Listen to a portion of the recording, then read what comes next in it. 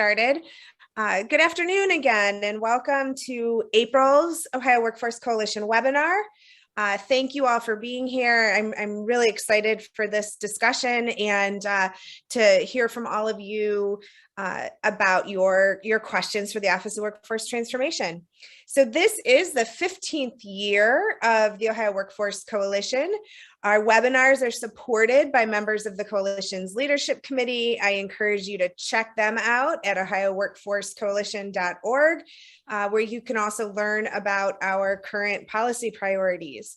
Since we are celebrating 15 years, we are working to raise $15,000 for our policy and advocacy efforts. You can help us reach that goal by making a contribution, even if it's just $5 or $15. Since 2007, the Ohio Workforce Coalition has been bringing together leaders from education and training institutions, economic and workforce development organizations, business and industry, labor, human services, and so on. And we are working together to grow prosperity across Ohio by advancing policies and practices that can improve training and supports for Ohio's workers, improve the quality of jobs in Ohio, and improve the equity of Ohio's workforce systems. Today's session is in a Zoom webinar format. We will have time at the end for questions and discussion, but please do go ahead and engage with us in the chat throughout the session. You can share your questions. Again, if you're just joining, please go ahead and introduce yourselves. And feel free to use the chat to talk to other attendees, respond to questions that are posed, and share comments. Coalition webinars are on the fourth Thursday of the month at 1 o'clock. They are all recorded and available on the Coalition's website, again, ohioworkforcecoalition.org, where you can find the links to the previous webinars and other resources. If you've got an idea for a webinar you'd really like to see us host, or a topic that you'd even like to share, please reach out and let us know, and we'll do our best. And finally, you see up there, we are on Twitter. That's one of the quickest places to get in touch with us. So if you are a social media junkie, please be sure to follow us on Twitter. So with that, let's dive into today's program. I am super excited to be hosting Rachel Johanson, Deputy Director of the Ohio Office of Workforce Transformation. I first had an opportunity to meet with Rachel probably towards the end of last year, and it was a great conversation, and I think I appreciated her jumping into the workforce world and being willing to talk to us about some of the things that we were seeing within Ohio's workforce landscape. Some of you may know that the Ohio Workforce Coalition advocated heavily for the creation of the Office of Workforce Transformation under Governor Kasich, and so we've been keeping a close eye on this office, and I think either it's 10 years or you're approaching a 10-year anniversary here soon. And I think, Rachel, if my calculations are correct, you're about the 5th lead of that office. So welcome. Rachel has had a varied career in public service. She served as a legislative aide to a state senator, Director of Legislative Affairs and a policy advisor for the Development Services Agency, legislative liaison for Governor John Kasich, and assistant policy director for our current governor, Mike DeWine. She joined the OWT team in July of 2021, and as I mentioned, has been really diving into workforce and talent since then. So I know that you all are here to hear her and not me. So with that, I will welcome Rachel and hand it over to her. Well, thank you so much, Rebecca. I'm really happy to be here right now, and I'm going to go ahead and share my screen. But I saw that as some names were popping up, there were different people that I have met and do know, but I think probably the majority of you I have not met, at least in person yet. So I am very excited to have that opportunity at some point, and glad to connect with you via Zoom at the moment. So hopefully you can all see my screen there, but as Rebecca said, just want to quickly introduce myself. My name is Rachel Johanson, and I'm the Deputy Director of the Governor's Office of Workforce Transformation. Again, as Rebecca mentioned, my background is not directly in the workforce world, somewhat indirectly. I spent the better part of 10 years at the Ohio Department of Development. And so while I came into this job last summer familiar with, for instance, business incentives for workforce, I was really not familiar with education that much, higher education, or just all the work that workforce professionals do and the workforce boards. And so I really feel like I have been drinking from the fire hose. So, but hopefully learning some good stuff along the way. And I've really been enjoying that. So just give me a sec here to make sure I'm able to advance these. Okay. Now, I am sure with this group of professionals here that you're all very familiar in various degrees with the work of the Governor's Office of Workforce Transformation. I know that this group did advocate for its creation before, but just to give you just a momentary amount of background, we obviously have the Governor's Executive Workforce Board that we staff and run a quarterly meeting for.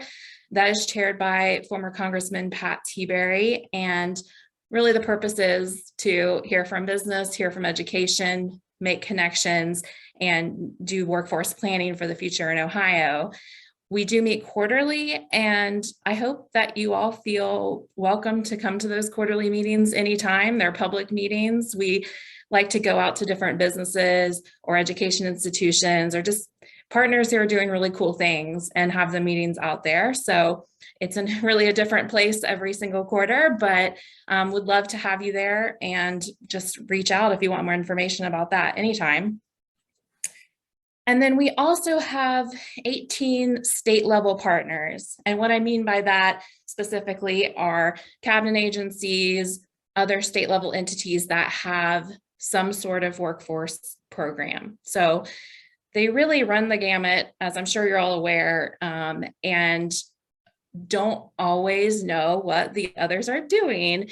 That's part of what I see as the role of our office, of making sure that we work with them on policy and alignment, so that, when some sort of inquiry comes into one and maybe that state agency doesn't have any kind of program that meets the need that's being requested, but hopefully they will know that they can be referred to someone else that might be able to help them out. And so that's a lot of what we do, doing these convening between people who have different programming and different philosophies and abilities to do different things, and make sure they're aligned. And so just for the purpose of this meeting, I just kind of want to go through some of our core programming that we have at OWT, and then talk about an initiative we have for broadband workforce, and then also just touch on the Intel project a little bit, just because we get so many questions every day on that, and I kind of just want to anticipate that. So first, I want to talk about the TechCrede program. This is really our premier program that I really hope that you all have some familiarity with at this point. But essentially, this is a program for businesses to apply to train or upskill their existing or prospective workforce in a credential that is industry recognized, tech focused, and short term. So the short term means completed in less than 12 months. And tech focused, I know that can kind of be in the eye of the beholder, but the statute says the chancellor determines what's tech focused, and we have a committee that meets and goes through all the requested credentials just to make sure that it actually is tech focused before being approved. But this offers up to $2,000 per credential, so for each of those employees, and then up to $30,000 per employer for each funding round. And we've really been running this every other month. And so we're talking about $180,000 for a business for a year, which could, make a really good difference.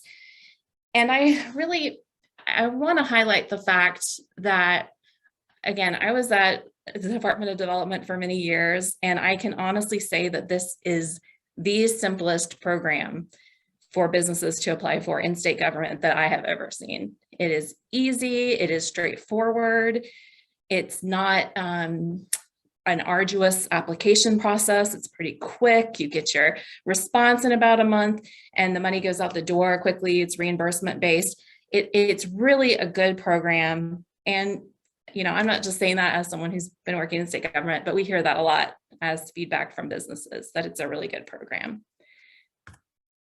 And so, you know, after 12 application periods, we've actually done 13, but we haven't announced the March results yet. After 12 application periods, we've had over 1,700 unique Ohio employers awarded under this program. We're adding really upwards of 100 every single round. So the program is growing. People are finding out about it. I'm sure many of you have recommended this program to others. And so I really thank you for that, because it's definitely growing. Our January round was the largest we've ever had. And, you know, I don't want to spill too much tea on the March round, but it was also really good. We haven't announced the results of that yet. But so it's growing. And actually the next application period opens this Monday, May 2nd, and it runs through the whole month. People have that whole time to apply, super quick. Let us know if you have any questions, or if you're hearing any questions about TechCrede. Would love to hear whatever feedback you're hearing. So then I wanted to talk about the Individual Microcredential Assistance Program, or IMAP. I'm not a big acronym person, but sometimes it's just a little bit easier to say than the whole mouthful there. But this is the sister program to TechCrede. It uses the same exact credential list through that committee that goes to the chancellor that I talked about just a minute ago, except in this case, rather than having the businesses on the front end applying on behalf of current or prospective employees, this is where the training providers themselves are the applicants. And then the individuals that they bring into the program are low income or unemployed individuals that they recruit. And so we've done 2 rounds of that program, and it's been a big success. We've got the providers all around the state. I am always proud to say, as a Appalachian Ohioan from Ironton, Ohio, that we have a number of providers in Appalachia. We've got them in Northwest Ohio. They're all around, and many of them offer online programming. Actually, most of them do. And so this is just a really great opportunity that I'm not sure everyone is totally aware of yet. So hoping to get the word out increasingly about that as well.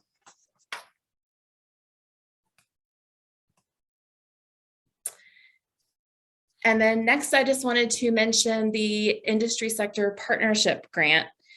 This is, I'm sure you're all familiar with ISPs, but you know, this funds collaboration between businesses, education, training providers, community leaders, basically to work either in terms of industry or in terms of region to figure out solutions to their joint collective workforce challenges. I know right now is an extremely interesting time to be working in workforce, and without these type of local collaborations and figuring out, okay, how can our industry not just keep poaching from each other constantly, but how can we have a plan to produce more people in these different occupations?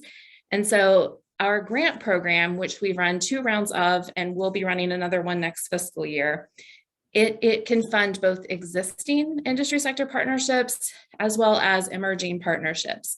And so the emphasis is obviously heavily on collaboration, plan, and metrics. And we've had an overwhelming amount of interest in this program. I think we were able to fund, it was in the teens. It was maybe 15 or so ISPs last time. And I think we had 60 applicants. So that's kind of just to get a gauge of what the interest has been. I expect probably next fiscal year, we'll have an even increased amount of applicants because we get a lot of questions about this. I think this is just a really good opportunity for people to think outside the box a little bit about how can, you know, who have we not talked to in our community, or who do we not have a relationship with that we would like to have a relationship with? Maybe get some funding for some of this work that we're probably already doing sometimes, just to kind of make a plan for how can we move forward with our workforce in this area or this industry.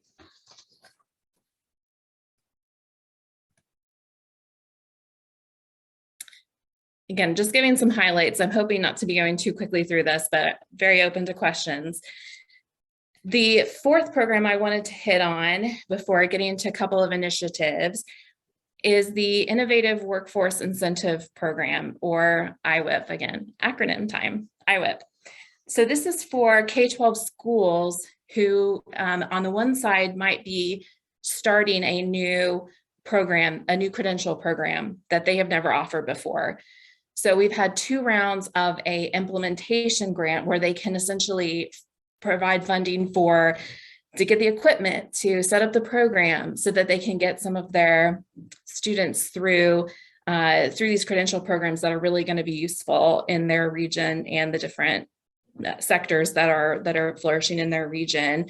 And then also on the incentive payment side, schools get amount $1,250, again, $1,250 per credential earned that's on our qualified credential list for this program.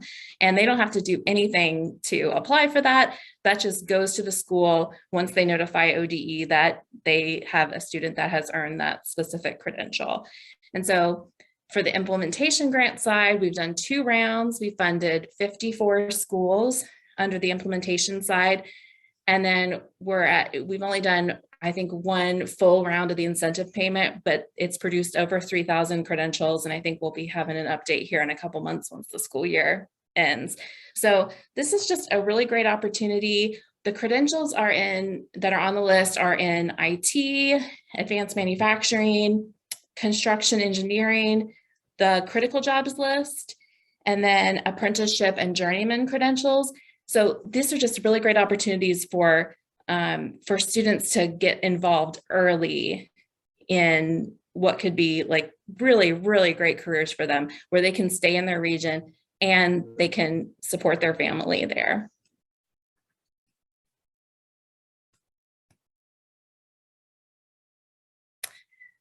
All right, and then now I wanted to just talk about an initiative that the Office of Workforce Transformation has been working on that Lieutenant Governor Kasich announced in the fall.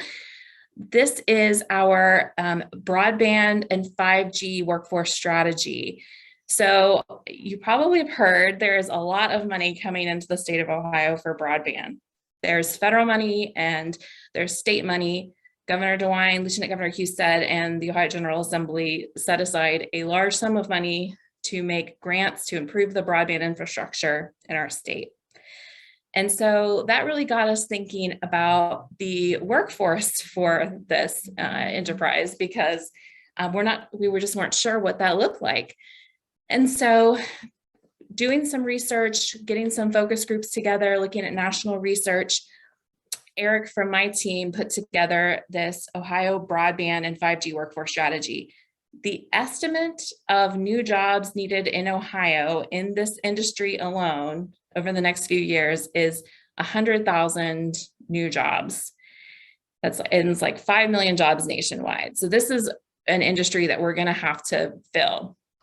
And this really runs the entire gamut of work in this area. This could be fiber splicing, this can be climbing towers, it can be many different things. And so when we launched the strategy in the fall, again, Lieutenant Governor Kasich announced it, the plan is basically to start an industry sector partnership that is broadband related to produce curriculum that will be needed to train up people in this area and to start some pilot programs around the state. And so we put out an RFP to house the industry sector partnership at an education institution. We did that, I believe, in November, December timeframe. And Ohio State won that RFP. And then they entered into a contract with the Wireless Infrastructure Association, a national group, WIA, to be the industry lead in the partnership. And so we will, in the near future, be announcing the partnership itself.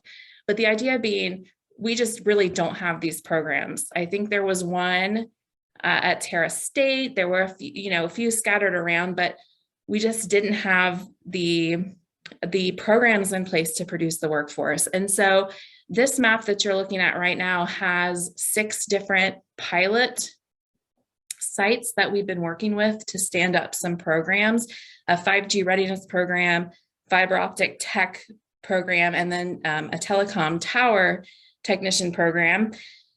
Now, not everyone's going to want to climb up on a tower. I would be the last person in line for that, but it's just a great opportunity to get involved and get a high-paying job in this industry, which is only going to keep growing. And so we've been able to stand these up. There have been great cohorts of students recruited, and there have been some anecdotal stories in a few cases of business contacting the program and saying, hey, can you send me a list of every student you have? Because I would like to hire all of them. And so that's been very interesting to stand those up and see down in places that maybe don't necessarily get as much attention from the state at times, that we can stand up these really great programs that are going to lead to jobs that even start in the 60,000s and only grow from there. So this is a great opportunity, and I'm excited to see, as we develop the sector partnership, what that looks like and how we can get this type of curriculum out across the state to our education institutions so they can start standing up additional programs as well.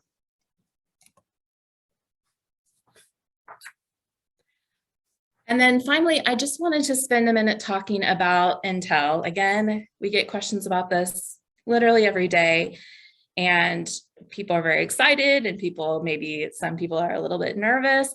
So I just wanted to cover that a little bit and again, give you opportunity to ask questions if you would like.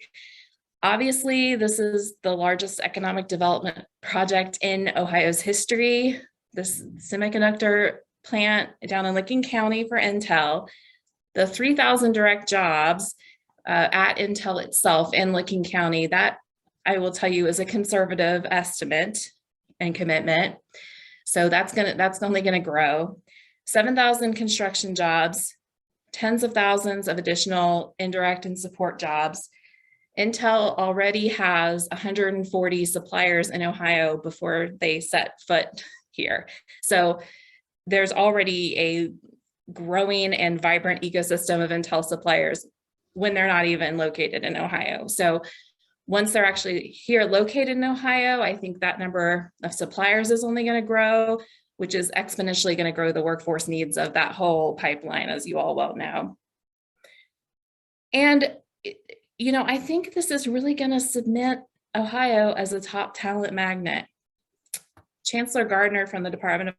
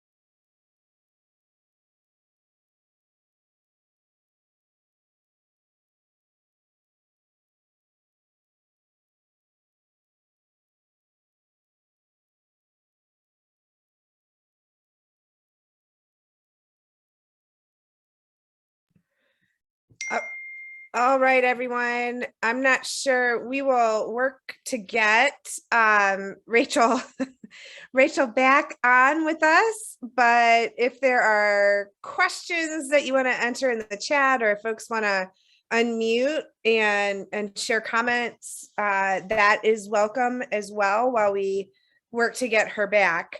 Carter, could you reach out to Rachel in the meantime, please? Yes, I have already. Thank you. Thank you. So we did have a couple of questions in the chat. One was around the name. Judith, you were asking about the name of the industry partnership.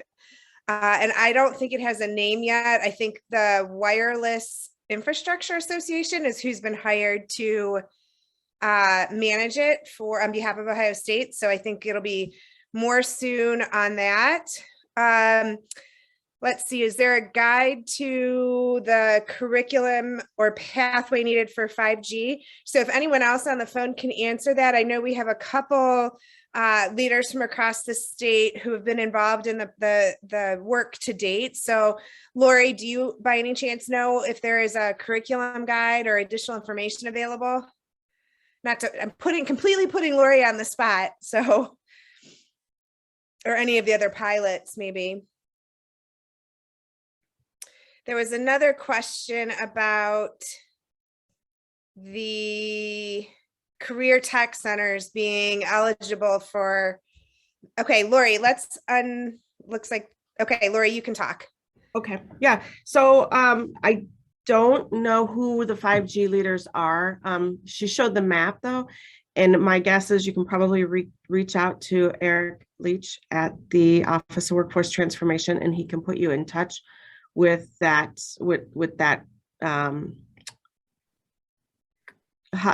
usually it's through a college, an associate's degree college, so a community college, and he can put you in touch with somebody to get that curriculum if that's something that your local community college is interested in starting. As far as the curriculum for the fiber optic training program, you can reach out to me. I will put my email in chat. Connie Altier at Tri-County Community College would be, or Tri-County Community Career Center would be more than happy to share that curriculum with any of the career centers across the state. As this is something we definitely need to make sure that we're on top of. Like Rachel was saying, we have to have the workforce. We have all this great funding that's being pushed at it, but the funding is all limited. So if we don't have the workforce, we can have as much funding as we want, but we're not going to get the line laid in order to light the line. Thanks, Lori. Can you introduce yourself just in case folks on here don't know who you are? Absolutely. So it's Lori McKnight. I am the Area 14 Workforce Development Board Director and also a member of the Leadership Committee with the Ohio Workforce Coalition and the Vice President of the Ohio Workforce Association for the state of Ohio. Thank you. Thank you very much. So it sounds like there's interest. I see another question about the types of jobs and careers that are be available at Intel. So I think I'm also interested in seeing the strategy that Eric wrote up. And so we will follow up with Eric and learn more about the strategy and what can be shared, as well as see what information we can get specifically about the jobs at Intel. And Lori did go ahead and put her email in the chat. So it looks like we have Rachel coming back on with us.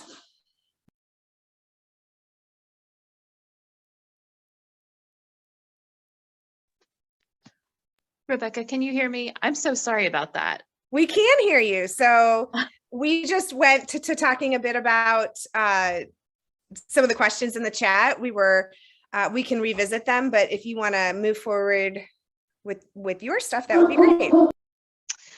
Sure, and I would say that my laptop no longer has Wi-Fi at the moment, so I'm calling in, so I don't have my slide to share, but I'll continue just telling you a little bit about Intel.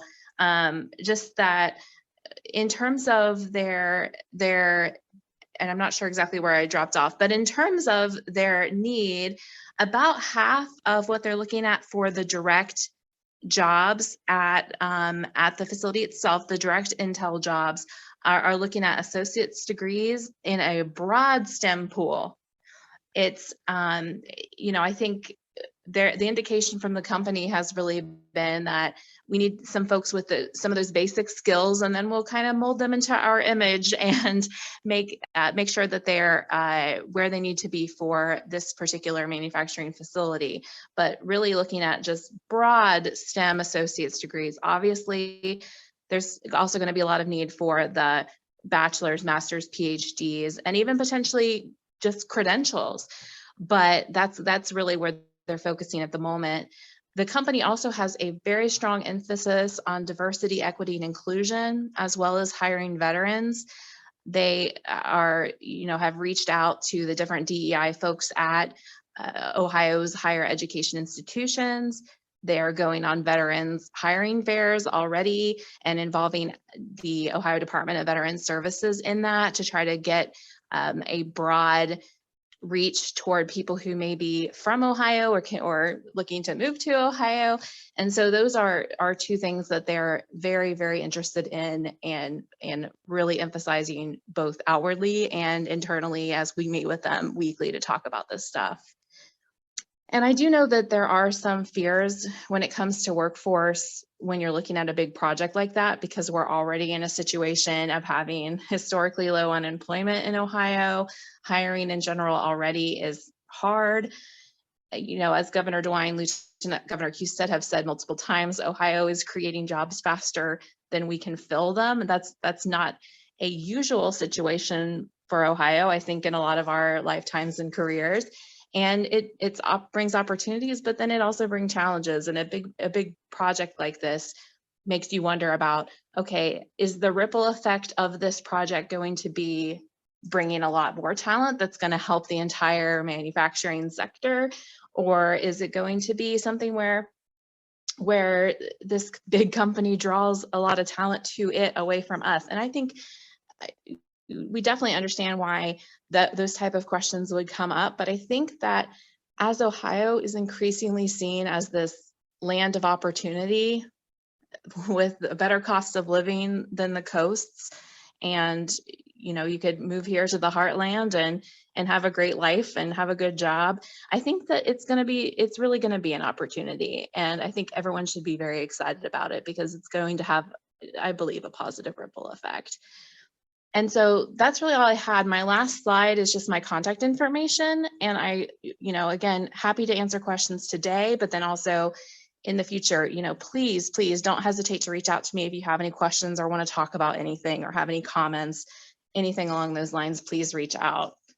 So I'm sorry I'm not on camera. It's always a little awkward on the phone, but I'm happy to answer any questions you have. Thank you. And thanks for jumping back on. It's, this day and age, there's always some sort of tech issue. So appreciate you sticking with us. I do want to flag just a couple, what I think are maybe clarification questions based on your presentation and then some things that came up in the chat.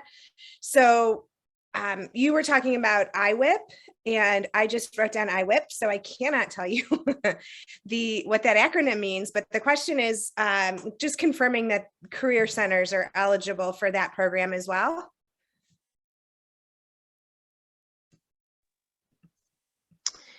Yes. I may have to get you a clarifying answer on that because I think it's tied partially to the graduation requirements too. And I may have to get back with you on that, Rebecca, but great question. Thank you. Okay, so we'll follow up on that. Next sort of bucket of questions around the 5G.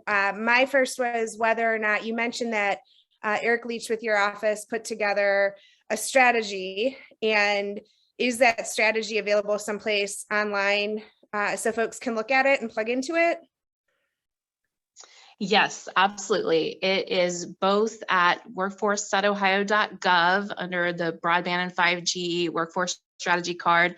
Our annual report is also on there and it's attached as an appendix to that. It's a great product. I think he brought in a lot of national research and research that we've done at the state level and data. And I think it's well worth the read. So I would encourage you to take a look. Gotcha. Okay, so actually there was another question about the 5G, and that was mostly about, sorry, I'm scrolling back up, around the curriculum and the content for the pathways. Is that, sorry, I don't want to misspeak. Hold on one second. Is there a guide for the curriculum or pathway needed for the 5G broadband positions? That is an excellent question. And there really is not at this point. That's part of what the industry sector partnership is focused on developing, because even nationally, some of the curriculum deployed at those 6 pilot sites is literally brand new. So, and developed by either WIA or NATE, which is a national telecom group. So some of it is brand new. And I think the fiber optic technician existed prior, but one of the goals when we have the industry sector partnership do its work is to make that curriculum and those pathways available widely. So we're not going to be holding anything back. We're not, it's going to be work to get all these people we need. So making sure it's widely available is going to be very important, both for educational institutions and for the state as a whole. Gotcha. All right. So you talked a bit about Intel, and you mentioned that there are jobs at multiple levels, both associate's degree all the way up to PhD. Are you able to share more? So I guess a two-pronged question. Are you able to share more about the specific types of jobs and careers that'll be available? And then are a majority of the jobs going to be available in Ohio, or will there be virtual opportunities? Great question. Yes. So I can kind of verbally go through what some of those jobs look like, and also send you a slide afterward. If we have it available on the Ohio Department of Higher Education's website too, for just such a question as this. But so the delineation is really techs and engineers.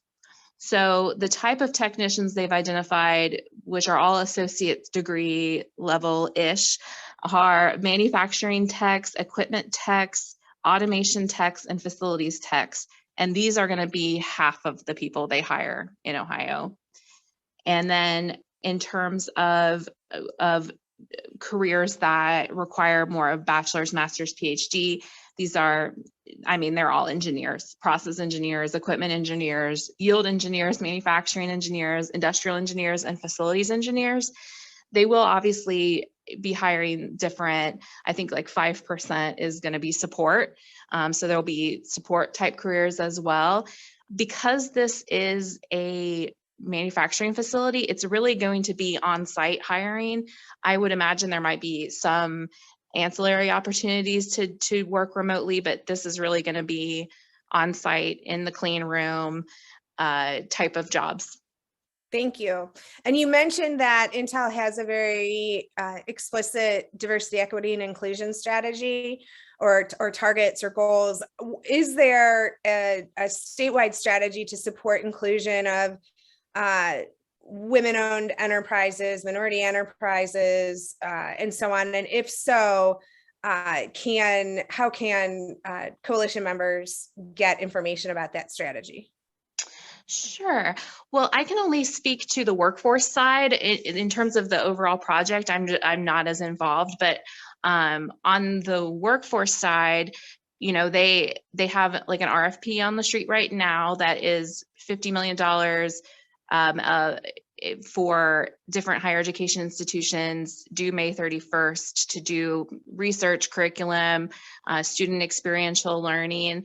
And as part of that, they really want an emphasis on DEI, on women.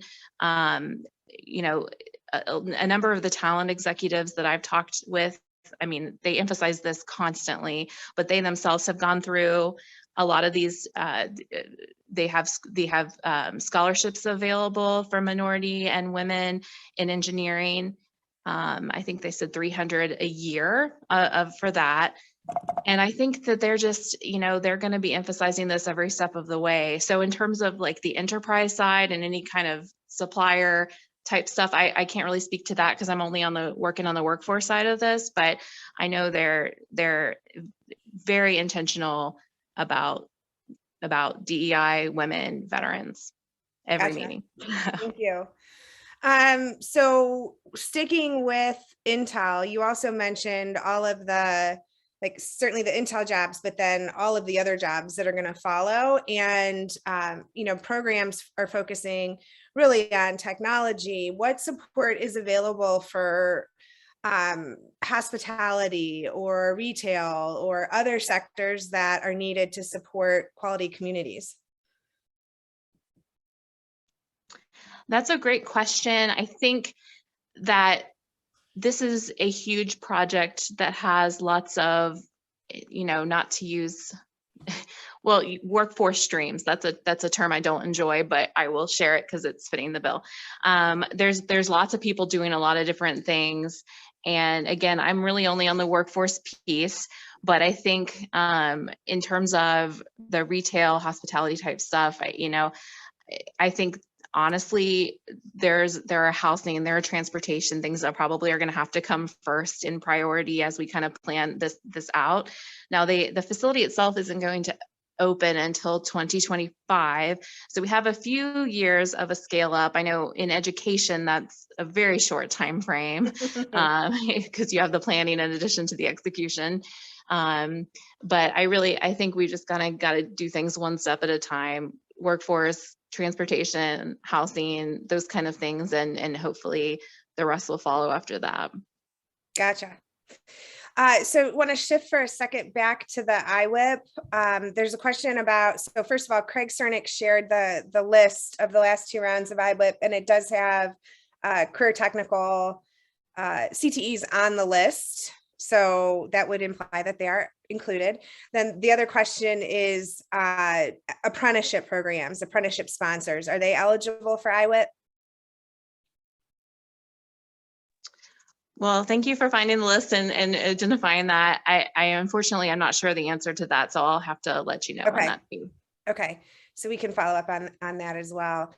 So, I mean, you shared a lot of information. I want to just with the time we have left, maybe just to go sort of a step higher than programming and talk kind of strategy across the state. And one question in that space is about just overall innovation in workforce and talent strategies.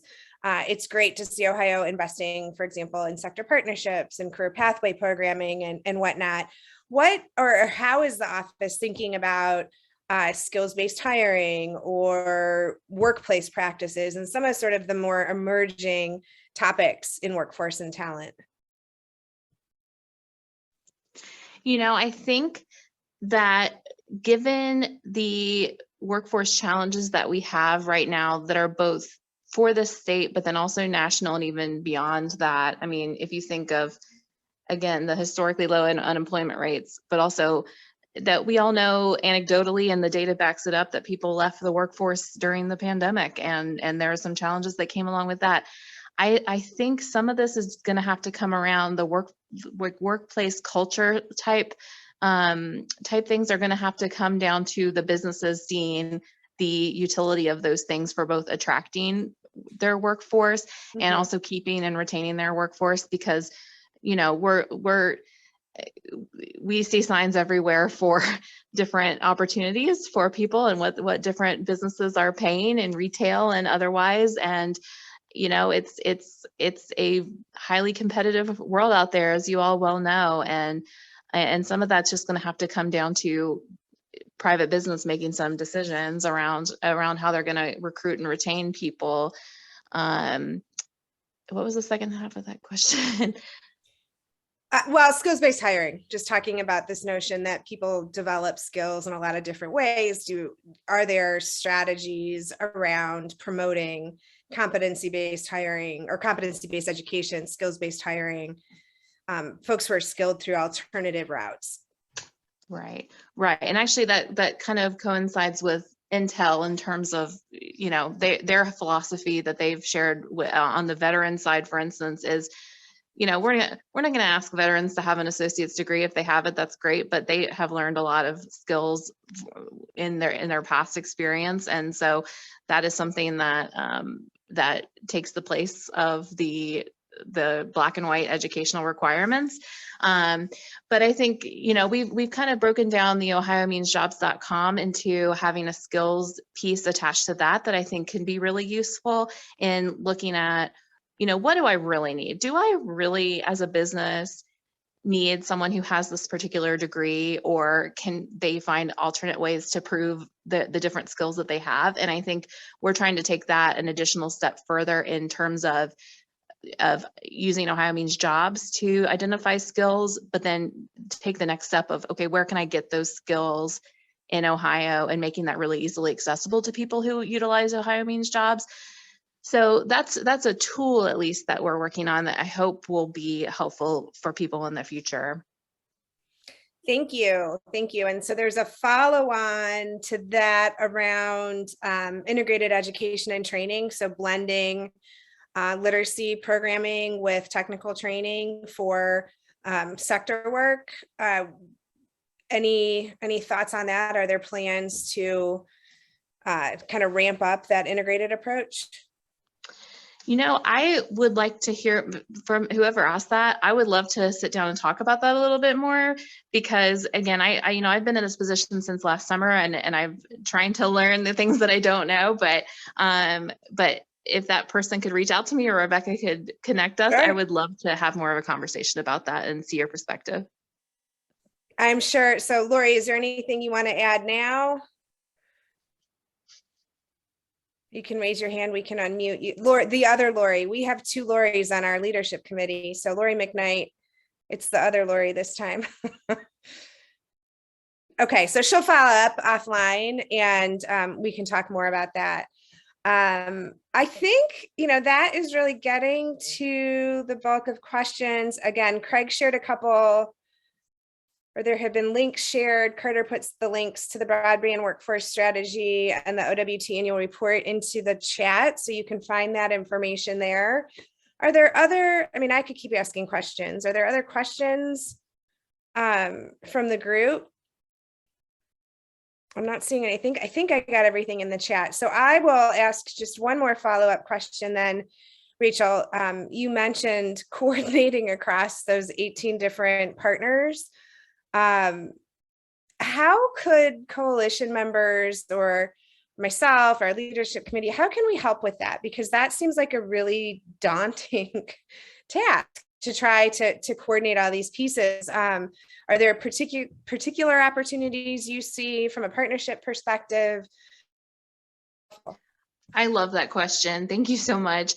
I think that one thing that would be helpful is if any of you are seeing a program, either for good or for bad, at the state level that you think either could be better utilized, or you just think is doing awesome work, but maybe is not as focused upon or seen. If you want to just highlight that to us, we kind of did as an office a little bit of continuing education, and we made a list of all the workforce programs in state government, and we all picked 5 that we wanted to learn more about, and then all the rest of us had to go to each other's interests as well, just to kind of learn, like, okay, I came from the Department of Development. I know all their programs. I have someone on my staff who came from higher education. She knows all their programs, but there are so many more. And just, wanting to make those connections as much as possible.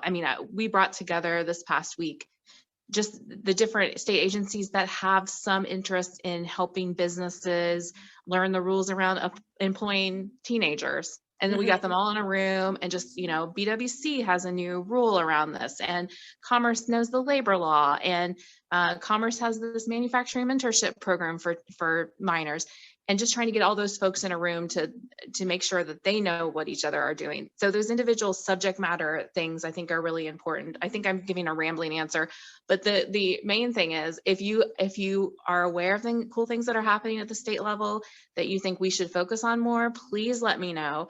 or if you have questions about like, is there something in this type of space that that exists out there that we don't know about, I can kind of do some legwork and try to figure that out.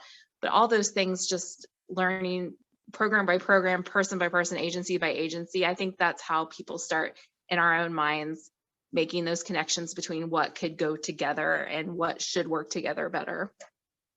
Absolutely. I appreciate that. And I could envision, Lori is going to follow up with you about the integrated education and training, but I could even envision sort of us sourcing ideas from our membership and then, giving you a list of, or doing a briefing of sorts that just connect some dots. We certainly have our priorities, but I think can do a pretty good job of pulling together pieces that sometimes are easily connected. Sometimes it's more challenging, but anything we can do to help that learning curve, certainly willing to do so. Would love that. Other questions?